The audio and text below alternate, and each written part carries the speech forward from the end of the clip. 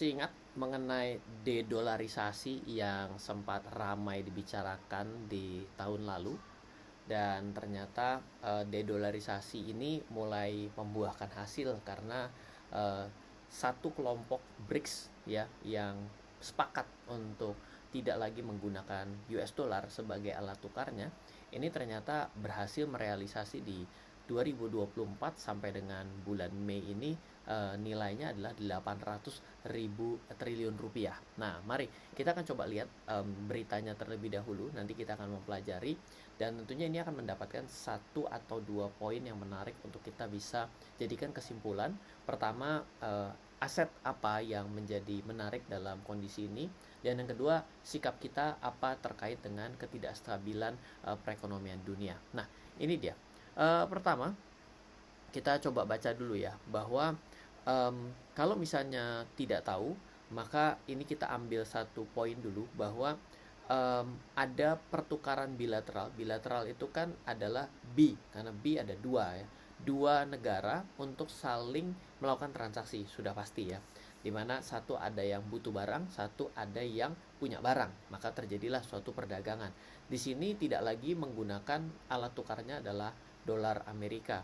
Misalnya pada kondisi ini aliansi dari ekonomi BRICS ini, secara khusus dua negara paling menonjol ini adalah melakukan transaksi 800 ribu triliun, di mana ini adalah Rusia dan India. Nah, di sini menggunakan mata uangnya apa? Tidak lagi menggunakan mata uang yang menggunakan dolar. Kenapa? Karena kalau dolar Amerika dijadikan sebagai satu patokan, maka bila misalnya kita di Indonesia perlu membeli barang dari, katakanlah dari Singapura gitu ya, padahal kan tetangga.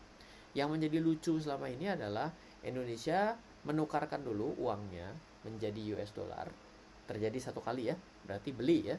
Lalu dolar itu diserahkan kepada orang yang di Singapura. Yang di Singapura artinya menerima dolar Amerika, lalu dia jual dolar Amerikanya untuk jadi dolar Singapura karena dia bertinggal di Singapura. Skemanya kan seperti itu, tapi dengan terjadinya bilateral ini itu tidak terjadi. Maka di sini sebenarnya dengan terjadinya 800 ribu triliun rupiah ini membuat adanya kehilangan pamor dari dolar Amerika yang selama ini tidak berhasil. Sejak apa? Sejak terjadinya lepasnya tidak ada jaminan antara penggunaan emas sebagai jaminan untuk transaksi. Itu zamannya tahun 70-an, akibat Amerika yang mencederai perjanjian tersebut, namanya perjanjian Bretton Woods. Oleh karena itulah Amerika memegang power dengan menggunakan US dollarnya seperti itu untuk melakukan transaksi apa? Perdagangan yang sifatnya vital, contohnya minyak bumi seperti itu. Nah, lalu poin selanjutnya adalah perdagangan bilateral antara Rusia dan India mencapai 50 miliar US dollar, dan Rusia telah mengekspor barang senilai lebih dari 16 miliar US dollar ke India selama kuartal pertama. Angka tersebut merupakan peningkatan signifikan. Lalu kedatangan proyek tersebut hanya akan percepat banyak inisiatif dedolarisasi. Kalau dedolarisasi kan berarti adalah tindakan untuk tidak menggunakan dolar gitu ya, pada blok tersebut. Selain itu, mereka telah merangkul akumulasi emas, mendorong aset ini ke rekor tertinggi. Jadi kalau kita perhatikan, kita jadi mundur satu step, di mana tadinya orang melakukan perdagangan dengan emas, lalu mengubah perdagangan itu tidak lagi dengan emas sebagai alat tukar, tapi menggunakan uang kertas, di mana uang kertas itu tadinya dijamin oleh emas, makanya uang kertas itu disebut sebagai banknotes. Seperti kita itu punya struk untuk nukerin di bank emas kita, lalu habis itu tidak lagi dijamin, lalu uang kertas dicetak sebanyak-banyaknya. Disinilah terjadi inflasi, sekaligus harga emas pergi kemana. Semakin inflasi, harga emas akan semakin tinggi. Karena apa? Karena emasnya jadi lebih bernilai, seperti itu. Tapi yang menarik di sini adalah dengan konsep ini, justru kalau kita pertimbangkan, maka di sini emas menjadi sesuatu alat investasi yang tadinya tidak lagi menarik. Kenapa? Tapi sekarang menjadi sesuatu yang menarik karena kenaikannya kencang sekali. Coba kita perhatikan di tahun 2024 ini emas nyundul-nyundul pecah rekor ya. Dan kemarin juga kembali merangkak naik dengan cepat seperti itu ya, karena apa? Ya karena perang juga seperti itu ya. Dan ini tambahannya adalah praktik-praktik tersebut tidak menunjukkan akhir yang jelas dan hanya dapat memfasilitasi berakhirnya dolar Amerika Serikat sebagai mata uang dominan global. Selama ini andalan utama Amerika untuk bisa membuat Amerika keluar dari masalah yang sebenarnya tidak keluar. Kenapa? Kenapa saya selalu bilang bahwa Amerika tidak pernah keluar dari masalah? Karena gampang saja, hutangnya semakin tinggi. Apakah Anda mengikuti berita bahwa hutang Indonesia dengan asing mengalami penurunan? Ya, itu adalah ciri yang sehat.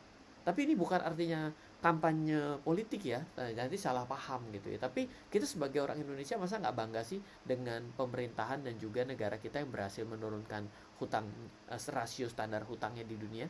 Harusnya bangga dong. Nah, sedangkan Amerika tidak bisa dan selalu mengalami kenaikan. Berarti sebenarnya selama ini obat yang dibuat Amerika itu adalah obat yang tidak membuat mereka sembuh, hanya memperpanjang untuk tidak mati.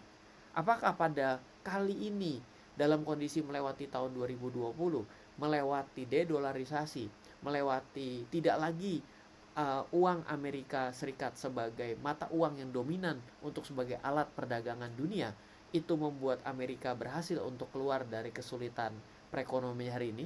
Atau juga ternyata terjadi pergeseran kebudayaan, ya kan ini ya, kebudayaan dan perekonomian itu bergeser-geser ya.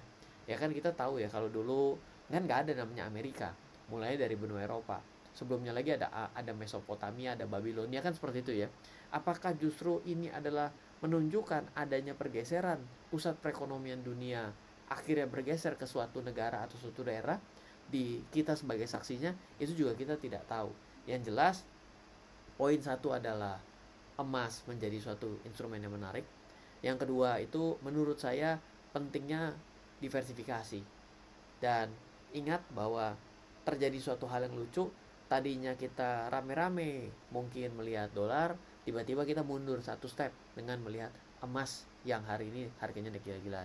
Ini kan menjadi sesuatu yang menarik. Jadi tidak ada sebuah instrumen investasi yang akan long lasting. Saya kemarin bercandaan sama teman saya ya. Pada tahun 2014-2015, pada saat itu saya tidak sengaja bertemu dengan teman saya ini. Dia sama-sama sedang gandrung pada saat itu reksadana. Kenapa bagaimana tidak? Pada saat itu di Indonesia reksadana saham itu ada yang mencapai return 140% dalam 1 tahun. Itu kan sesuatu yang wow banget dong ya. Nah, jadi kita ini cerita, dia mengenal ada 2 orang, saya yang lagi semangat mengedukasi mengenai reksadana, dan ada 1 orang yang semangat mengedukasi mengenai Bitcoin pada saat itu. Di Suta dulu belum ada lah ya. Bitcoin baru, Ethereum tuh baru mau mulai lahir di tahun-tahun tersebut gitu ya. Dia bilang, sayangnya gue lebih percaya lu Ryan untuk beli reksadana dibandingkan gue sama si itu beli Bitcoin. Coba pada saat itu Bitcoin 1 juta dia bilang, dan aset gue nambah sih dengan beli reksadana. Ternyata cuma berapa? Pada saat itu kan udah gak pernah ada pecah rekor lagi tuh reksadana. 60% udah hebat, 80% sudah hebat. Bitcoin 1 juta sekarang harganya udah miliaran dia bilang untuk 1 Bitcoin gitu. Itu cerita, tapi ini bukan ceritanya Anda beli Bitcoin loh ya. Tapi artinya apa?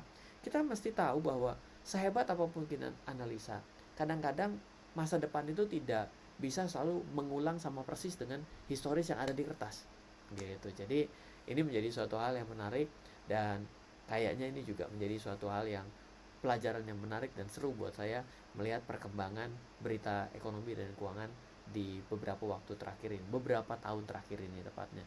Semoga bermanfaat sharing kali ini. Dari saya Ryan Filbert, salam investasi untuk Indonesia.